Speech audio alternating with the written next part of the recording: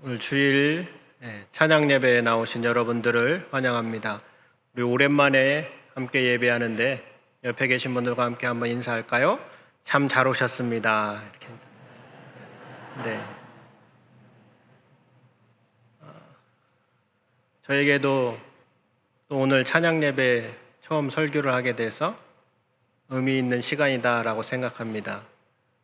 제가 처음 부임하고 오후 예배 설교를 한 후에 바로 코로나가 와가지고 그 다음 주부터 설교를 못했습니다. 근데 다시 제가 재개를 하게 되었습니다. 보통 이제 어떤 사람에 대한 평가를 내릴 때는 그 사람이 죽고 난 후에 보통 평가가 내려지기 마련입니다. 그래서 그 사람은 어떤 사람이다, 혹은 어떤 사람이다, 이제 이러한 이야기들을 주고받으면서 그 사람에 대한 평가를 내리기 마련인데요. 좀 특별하게 한 사람의 죽음을 두고 특별하게 만들어진 책이 있습니다. 그 청년 바보 의사라는 책이 있는데요. 이 책은 33살의 세상을 떠난 안수현이라는 청년 의사에 대한 이야기입니다. 보통 책은 저자가 어떠한 주제를 가지고 써야 되겠다 해서 보통 책을 쓰기 마련인데, 이 청년 바보 의사 안수현이라는 이 책은 이 의사가 죽고 난 다음에 이 의사에게 진료를 받았던 사람들이 그 사람에 대한 여러 가지 추모의 댓글들을 온라인상에 달게 되었습니다. 그래서 도대체 이 사람이 어떠한 사람이냐, 어떠한 의사이기에 그런 많은 사람들이 댓글을 달고 이렇게 가슴 아파할까? 그렇게 해서 거꾸로 이 안수현이라는 의사를 이제 찾아가 보면서 만들어진 책입니다. 이 책이 만들어진 것을 통해서 볼 때 이것은 안수현이라는 이 청년 의사가 평소에 환자를 얼마나 진심으로 대했는가, 그것을 단적으로 우리에게 보여주는 좋은 예다라고 말씀드릴 수 있습니다. 청년 바보 의사 안수현뿐만 아니라 성경에서도 위대한 인물들에 대한 다양한 평가가 이루어지고 있습니다. 우리가 잘 아는 아브라함은 바랄 수 없는 중에 바랐던 사람이기 때문에 믿음의 사람, 믿음의 조상이다라고 평가를 합니다. 또한 이스라엘을 애굽에서 탈출시킨 위대한 지도자인 모세에 대해서는 성경에서 이렇게 기록을 합니다. 이 사람 모세는 온유함이 지면의 모든 사람보다 더하더라. 아주 온유한 사람이다라고 평가를 내리고 있는 것이죠.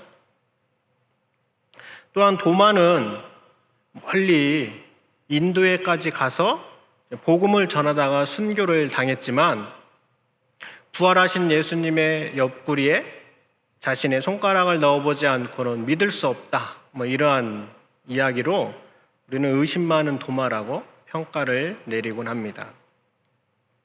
그렇다면 오늘 우리가 읽은 이 본문의 주인공인 다윗에 대해서는 어떠한 평가를 내릴 수 있을까요? 사도행전 13장에서 사도 바울은 다윗 왕을 이렇게 묘사하고 있습니다. 패하시고 다윗을 왕으로 세우시고 증언하여 이르시되 내가 이새의 아들 다윗을 만나니 내 마음에 맞는 사람이라 내 뜻을 다 이루리라 하시더니, 바울은 말하기를 다윗이 하나님의 마음에 맞는 사람이었다라고 말하고 있습니다. 이 마음이 맞다라는 것은 서로 마음이 통했다라는 뜻입니다. 그래서 이 구절을 통해서 본다면 하나님의 마음과 이 다윗의 마음이 서로 긴밀하게 통했다라고 우리가 이야기할 수 있습니다. 바로 이것이 다윗에 대한 평가, 하나님의 마음과 맞는 사람 다윗, 우리가 이렇게 평가할 수 있습니다. 그럼 이 평가대로 다윗은 하나님의 마음에 맞는 사람으로 한 평생을 살아갔습니다. 여기에서 우리가 이러한 질문을 던질 수 있습니다. 다윗이 이러한 평가를 받을 수 있도록 한 이유가 무엇일까라는 것이죠. 즉, 하나님의 마음에 맞는 사람으로 살아내게 한 원동력이 무엇이었을까라는 겁니다. 저는 그 원동력이 오늘 나온 1절의 말씀에 있다고 생각합니다. 오늘 1절의 말씀입니다. 함께 한번 읽어볼까요? 나의 힘이신 여호와여,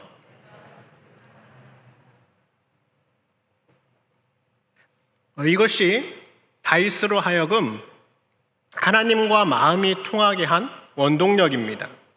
이 구절에서는 다윗이 얼마나 하나님을 향한 거룩한 사랑에 사로잡혀 있는가를 우리에게 보여주고 있습니다. 사랑하면 닮게 되고 사랑하면 상대방의 마음을 헤아리게 됩니다. 사랑하면 상대방이 원하는 것을 파악하고 그에 맞게 행동하려고 합니다.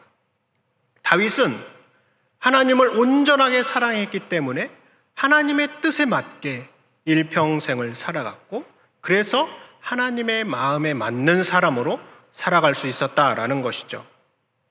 이렇게 하나님을 사랑한 다윗은 2절에서는 자신이 경험한 하나님에 대한 그런 다양한 묘사를 하고 있죠.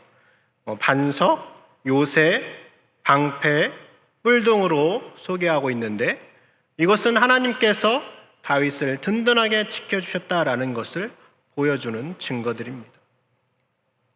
우리가 주목하고자 하는 것은 다윗은 하나님을 사랑합니다 라고 1절에서 고백하고 있는데, 말로만 고백한 것이 아니라 자신의 일평생의 삶 가운데 하나님을 사랑하는 행위, 하나님을 사랑하는 증거를 구체적으로 보여주고 있다라는 것이죠. 우리가 일반적으로 말로는 사랑한다라고 얼마든지 할 수 있습니다.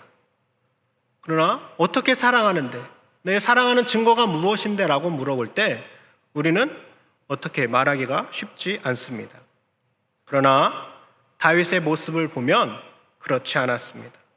다윗은 하나님을 사랑하는 것을 자신의 말만이 아닌 구체적인 삶 가운데 드러내며 살았습니다. 사무엘서에 등장하는 다윗의 모습들을 통해서 어떻게 드러냈는가를 살펴보면, 먼저 하나님을 사랑했던 다윗은 하나님께서 오케이 하실 때까지 약속을 기다렸습니다. 즉, 사랑하는 대상인 하나님의 약속을 전적으로 신뢰하며 하나님께서 일하실 때까지 기다렸던 사람이었다라는 것이죠. 사울이 하나님께 버림받은 후에 하나님께서는 사무엘 선지자를 통하여서 다윗에게 기름을 붓도록 합니다. 기름 부음을 받는다라는 것은 언젠가 이스라엘의 왕이 된다라는 것을 의미하죠. 그래서 사무엘에게 기름 부음을 받은 후에 다윗은 자신이 언젠가 왕이 될 것이다 라는 것을 알고 있었습니다.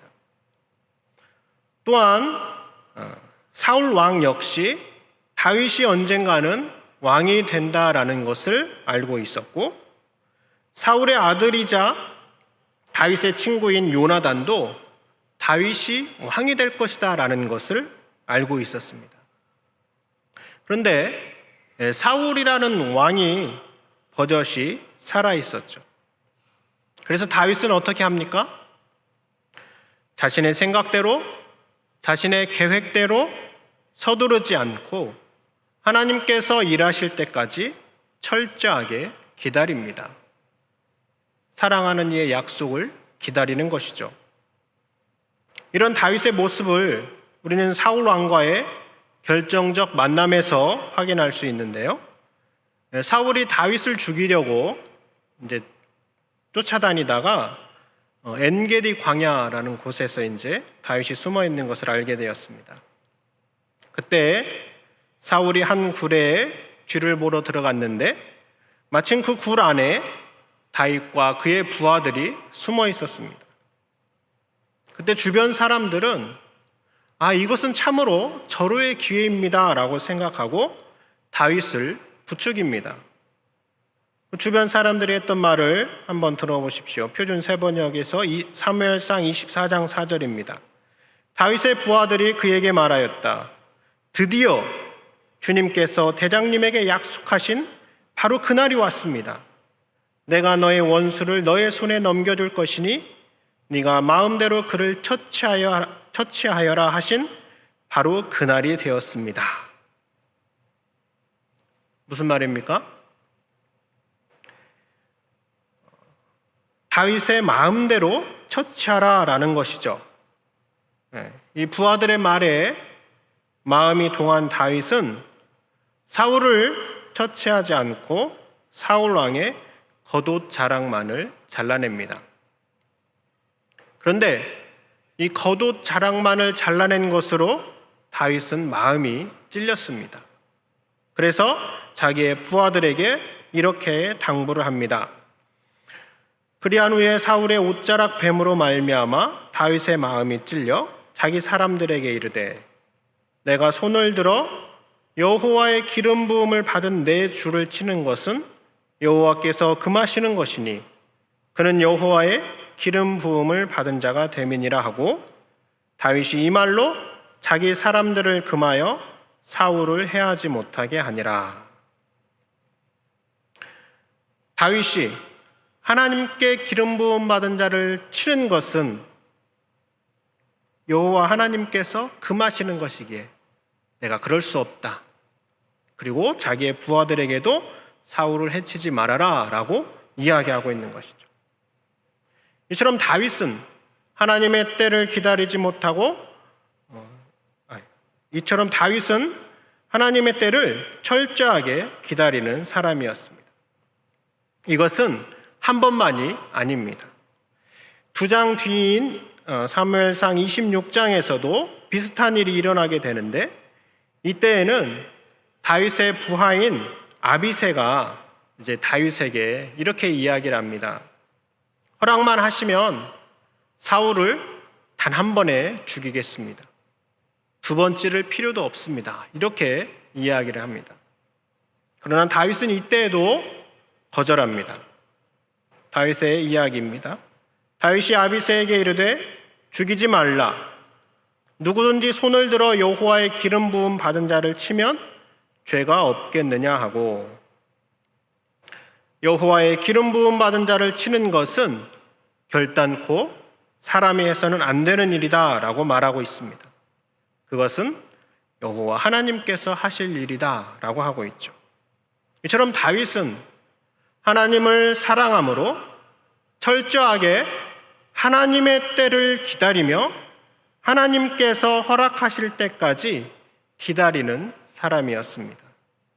이 하나님의 약속을 기다리는 것, 하나님께서 오케이 하실 때까지를 기다리는 것, 바로 이것이 다윗이 하나님을 사랑하는 증거였습니다. 둘째로 하나님을 사랑하는 다윗의 모습은 기도하는 것에서 드러납니다.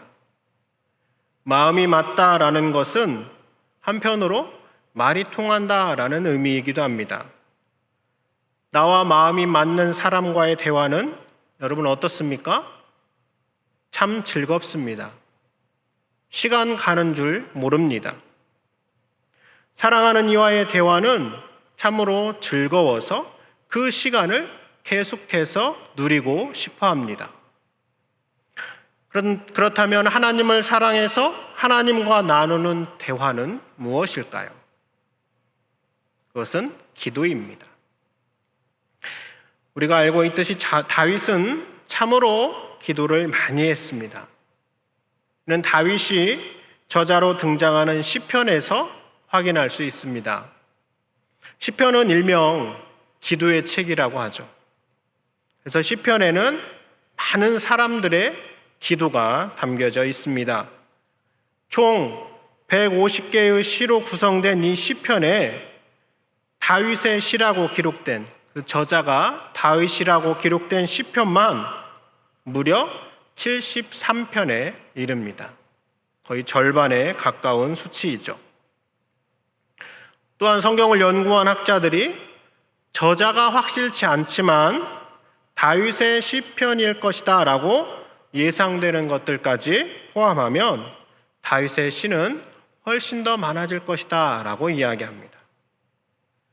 이토록 많은 시편의 시가 다윗의 시로 드러나고 있는 것은 우리에게 무엇을 말하는 것일까요? 그만큼 다윗이 사랑의 대상인 하나님과 많은 대화를 나누었다라는 것을 우리에게 보여주는 것이죠. 시편만이 아니라 다윗은 실제로 수많은 전쟁을 치르면서도 하나님 앞에 기도했습니다. 전쟁을 치르는 장수에게 필요한 것은 무엇일까요? 치밀한 전략, 군사를 어떻게 운용할 것인가에 대한 용병술, 지형과 지리를 이용할 줄 아는 탁월한 전략, 이러한 것들이 필요할 수 있습니다.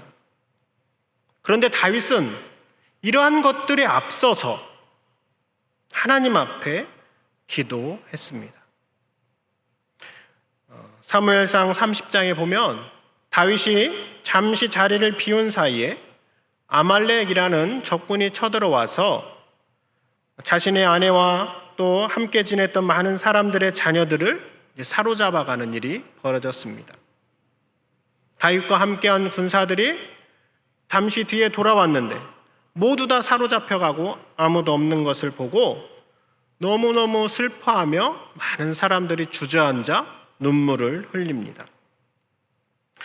그 군사들이 울 기력이 없도록 소리를 내어 울고 있을 때 다윗은 어떻게 한 줄 아십니까?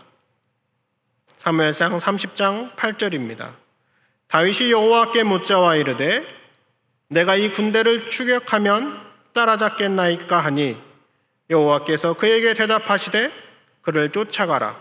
네가 반드시 따라잡고 도로 찾으리라. 다윗이 어떻게 하고 있습니까? 여호와 하나님 앞에 묻고 있습니다. 여호와 하나님 앞에 기도하고 있습니다. 다윗은 바로 그 상황에서 다른 어떤 것보다 하나님 앞에 기도했다라는 거죠. 여호와 하나님 앞에 물으며 기도했고 하나님께서 주시는 응답을 통하여서 아말렉을 추격하고 전쟁에서 승리할 수 있었습니다. 뒤이어 등장하는 블레셋과의 전쟁에서도 마찬가지였습니다. 다윗은 철저하게 하나님 앞에 기도한 후에 하나님께서 주시는 사인을 통하여서 전쟁에 임했습니다. 이처럼 다윗은 하나님을 사랑합니다 라는 이 말에 대해서 말로만이 아닌 사랑의 대상인 하나님과의 수많은 대화를 통하여서 그 사랑의 증거를 보여주었습니다. 세 번째로 하나님을 사랑하는 다윗의 증거는 여호와의 궤를 사랑하는 것, 다시 말해 말씀을 사랑하는 것에서 드러나고 있습니다. 다윗은 왕이 된 후에 자신은 좋은 궁전에 사는데 여호와의 언약궤는 초라한 곳에 놓여진 것이 마음에 걸렸습니다. 그래서 여호와의 언약궤를 모셔오도록 하죠. 이 언약궤 안에는 세 가지가 들어 있었는데 십계명의 돌판, 아론의 쌍난 지팡이, 또 만나가 들어 있었습니다. 그래서 이 언약궤를 소중하게 여긴다라는 것은 언약궤 안에 있는 십계명, 즉 오늘날 말씀으로 우리가 받아들여도 괜찮을 것입니다. 이 언약궤를 다윗성으로 가지고 올 때 여러분 다윗이 어떻게 했는가? 우리가 많이 보았던 구절인데요.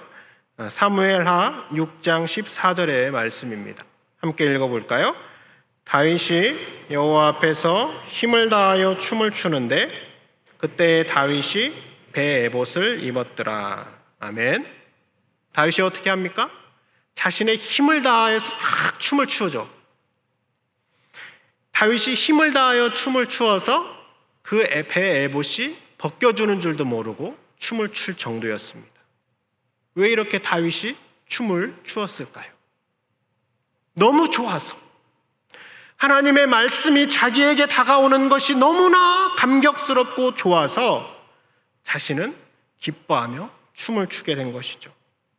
이것은 다윗이 하나님의 말씀을 얼마나 사랑하고 있는가, 얼마나 그 마음에 사모하고 있는가를 단적으로 우리에게 보여주는 증거입니다. 이렇게 춤을 추며 기뻐한 다윗은 여호와 하나님의 말씀에 대한 사랑을 시편 19편에서 이렇게 고백하기도 합니다. 여호와의 율법은 완전하여 영혼을 소성시키며 여호와의 증거는 확실하여 우둔한 자를 지혜롭게 하며 여호와의 교훈은 정직하여 마음을 기쁘게 하고 여호와의 계명은 순결하여 눈을 밝게 하시는도다. 이렇게 여호와 하나님의 말씀에 대한 유익을 노래하고 있습니다. 또한 119편은 다윗의 시라고 적혀 있지는 않지만 많은 성경학자들은 다윗의 시로 추정하고 있습니다. 이 119편에 기록된 고백들을 살펴보면 이렇습니다. 시편 119편 24절입니다. 주의 증거들은 나의 즐거움이요 나의 충고자니이다. 47절 내가 사랑하는 주의 계명들을 향하여 내 손을 들고 주의 율례들을 작은 소리로 읊조리리이다. 113절입니다. 내가 두 마음 품는 자들을 미워하고 주의 법을 사랑하나이다. 이 구절들을 보면 어떻습니까? 주님의 말씀이 자신의 즐거움이고 내가 주님의 말씀을 사랑한다. 주의 법을 사랑한다. 이렇게 다윗은 고백하고 있습니다. 이처럼 다윗은 하나님의 말씀을 사랑했습니다.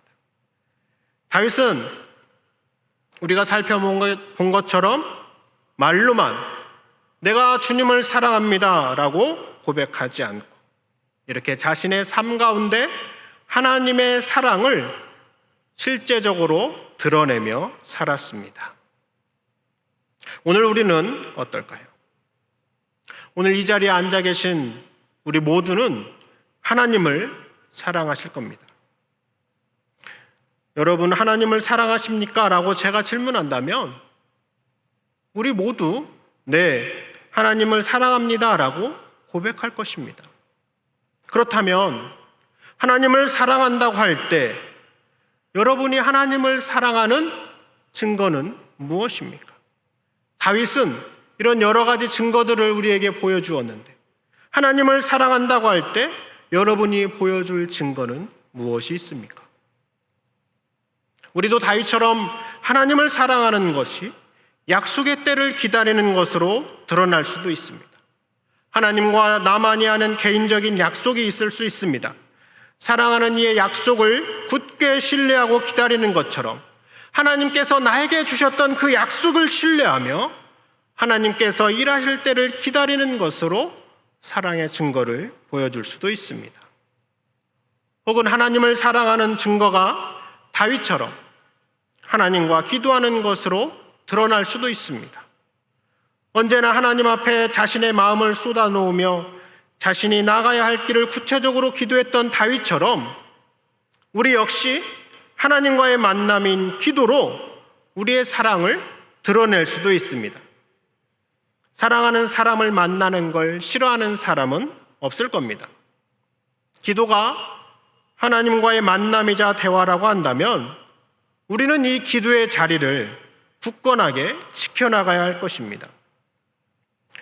우리 교회는 계속해서 진행해온 새벽 기도와 더불어 2주 전부터 금요 기도를 재개했습니다. 또 언제나 개인적으로 기도할 수 있는 개인 중보 기도실도 있습니다. 우리에게 필요한 것은 기도의 장소가 아닌 사랑하는 하나님과 만나고자 하는 거룩한 열망, 거룩한 갈망이 있어야 합니다. 바로 이것이 하나님을 사랑하는 증거가 될 것이기 때문입니다. 또한 하나님을 사랑하는 증거가 말씀을 사랑하는 것이 되기도 합니다. 이것은 더 이상 말할 필요도 없을 겁니다. 일용할 양식인 하나님의 말씀을 날마다 먹으며 하나님께서 나에게 말씀하시고자 하는 것을 확인하는 말씀을 읽는 것은 아무리 강조해도 지나치지 않습니다. 이외에도 하나님을 사랑하는 것은 다양하게 나타날 수 있습니다. 하나님께서 우리에게 주신 특별함과 독특함으로 나만의 것으로 하나님을 사랑하는 것을 드러낼 수 있기 때문입니다. 어떤 분은 매일같이 전도지를 들고 전도를 하는 것이 하나님을 사랑하는 증거일 수도 있고, 또 하나님을 예배하는 것이 하나님을 사랑하는 증거가 되기도 합니다. 또 어떤 사람은 구역을 돌보는 것으로, 어떤 분은 몸이 불편한 사람을 돕는 것으로, 어떤 분은 낙심해 있는 사람과 함께 식사하는 것으로, 또 어떠한 사람은 무한한 인내로 상대방을 기다려주는 것으로 하나님을 사랑하는 증거가 될 수 있습니다. 중요한 것은 하나님을 사랑한다면 말로만이 아니라 우리의 삶 가운데 이렇게 구체적인 증거로 드러나야 한다라는 것이죠. 사랑하는 여러분, 하나님을 사랑한다고 고백한 다윗은 입술의 고백만이 아닌 삶에서 그 사랑의 증거를 드러내며 살았습니다. 우리도 하나님을 사랑합니다라고 말로 고백할 수 있습니다. 그러나 우리의 입술의 고백만이 아니라 우리 역시 다윗처럼 구체적 증거를 드러내며 살아가는 저와 여러분이 될 수 있기를 바랍니다. 우리가 이러한 마음을 담아서 하나님 앞에 찬양하기를 원합니다. 오늘 시편을 가사를 찬양으로 만든 나의 힘이 되신 여호와여라는 찬양인데, 하나님, 내가 하나님을 사랑하는 구체적 증거를 깨닫게 해주십시오. 이러한 마음을 담아서 우리 함께 찬양하시겠습니다.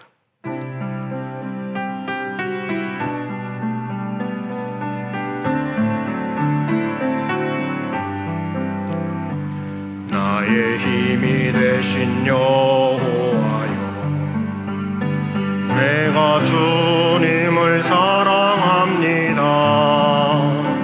주는 나의 반석이시요 나의 요새시라. 주는 나를 건지시는 나의 주 나의 하나님, 나의 피할 바위시요 나의 방패시라. 나의 하나님, 나의 하나님, 구원의 뿌리시요 나의 산성이라. 나의 하나님, 나의 하나님, 그는 나의 여호와, 나의 구세, 나의 생명이신 여호와여, 나의 생명이신 여호와여,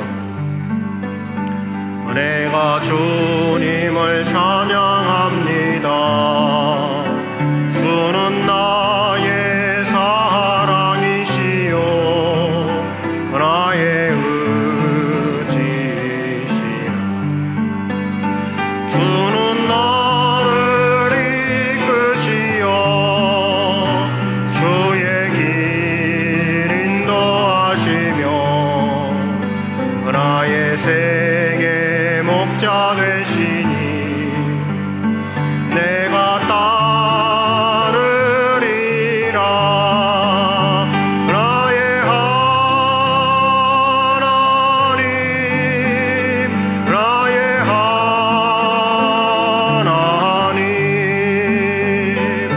생명의 면류관으로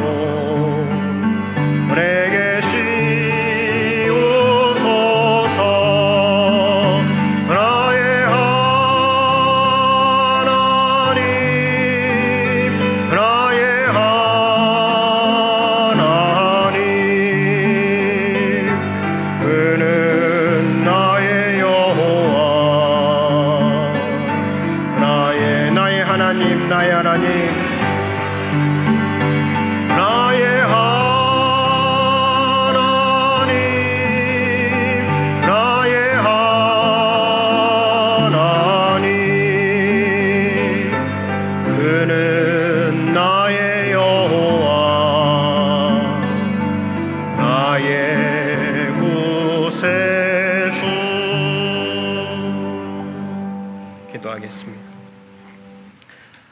하나님 아버지, 우리도 다윗처럼 하나님을 사랑한다고 고백하며 살고 싶습니다. 말로만이 아닌 구체적인 삶의 모습에서 하나님을 사랑하는 것을 드러내며 살고 싶습니다. 그렇게 살 수 있도록 우리에게 은혜를 베푸시고 시시로 우리 안에 계신 성령님께서 깨닫게 해 주시옵소서. 예수님 이름으로 기도드립니다. 아멘.